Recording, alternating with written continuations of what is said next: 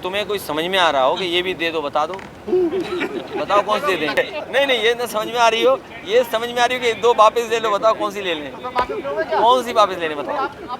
लखीमपुर खीरी के लिए बार-बार कांग्रेस ये कोई चर्चा नहीं है, वो सब बातचीत हो चुकी है। और देखिए इतने दिनों जो बातचीत हुई है तभी ये फैसला लिए। और हम तो अभी भी देखिए बहुत लिबरल है समाजवादी पार्टी कि भाई प्रत्याशी ऐसा हो जीतने वाला, प्रत्याशी ऐसा हो जो बीजेपी से मुकाबला कर ले।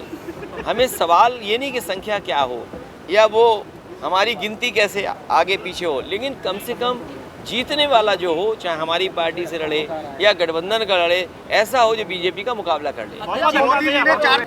आप बताओ नमक की कीमत क्या है? कोई गारंटी है नमक की कीमत पे? डीजल पेट्रोल की कोई कीमत की गारंटी है? ये गारंटी केवल घंटी है, गारंटी नहीं है ये। जैसे आपने तालियों थाली बजाई थी वैसे ये घंटी है। आप ये बताइए गारंटी नौकरी की क्यों नहीं है? वाली पार्टी है। 2024 के चुनाव में आप अपनी नैया कैसे पार करेंगे?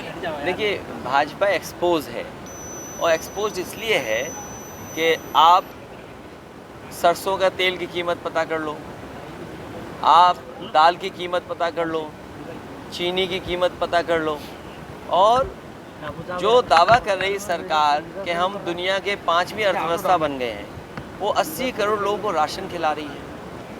ये सोचिए आप, और किसान की किसी भी फसल की कीमत नहीं दे पा रही। ये सरकार सदन में कहती थी कि हम आलू खरीदेंगे। अरे आप तो आलू बेल्ट के लोग हैं, अगर एक भी आलू खरीदा हो तो बता दो आप। और फिर जो नया था इन्होंने राशन में, बताओ आज नमक की कीमत क्या हो गई है। तो ये जो सवाल है उसका जवाब भारतीय जनता पार्टी पर नहीं है। और इतने नौजवान जो बेरोजगार घूम रहे हैं, जिनके पास नौकरी नहीं है, नौकरी तो है ही नहीं, रोजगार नहीं है, और न कोई निवेश किया है बड़ा। जो यहाँ कारोबार था, मान लीजिए कांच का, चूड़ी का या और जो कारोबार था, कुछ लोगों को तो लाभ पहुँचा रही है सरकार। जीवन यापन क्या हो रहा है बताइए सरकार में। तो जो मजदूर है उसके लिए सरकार ने क्या किया, जो छोटे कारोबारी हैं उसके लिए क्या किया, किसान के लिए क्या किया, नौजवान के लिए क्या किया, और व्यापारियों को जीएसटी के छापे दिए। जीएसटी के और तमाम छापे वो अपने कागज में ही उलझे हुए हैं। गठबंधन को जो देखिए 17 सीटें दी हैं उस पे और मंथन होगा क्या? देखिए एक साथी जो पूछ रहा है ईडी का छापा, सीबीआई का छापा, ये जैसे आपकी थाने की पुलिस होती है वैसे ही वो लोग हैं।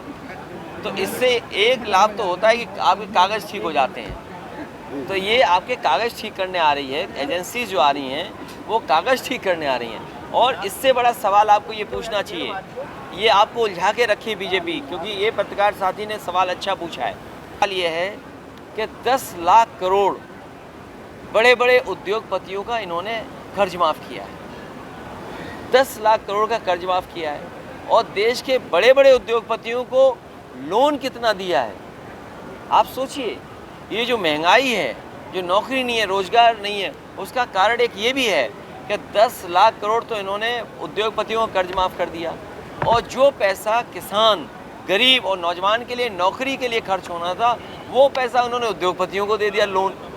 तो अगर देश के उद्योगपति सब पैसा लोन में ले लेंगे और उन्हीं का कर्ज माफ़ हो जाएगा, तो हमारे किसान का, नौजवान का भला कैसे होगा। तो आपको उलझाने के लिए, विपक्ष को डराने के लिए, विपक्ष अपनी आवाज़ न उठाए उसके लिए ईडी। अरे ईडी अभी तो विपक्ष पे चल रही है। ये हमारा पत्रकार साथी जब न्यूज़ चलाएगा तो ये भी चलाएगा कि जो अखबार, जो टीवी न्यूज़ कभी सरकार के खिलाफ दिखाता है, उस पर भी सीबीआई और ईडी हुई है। हुई कि नहीं हुई?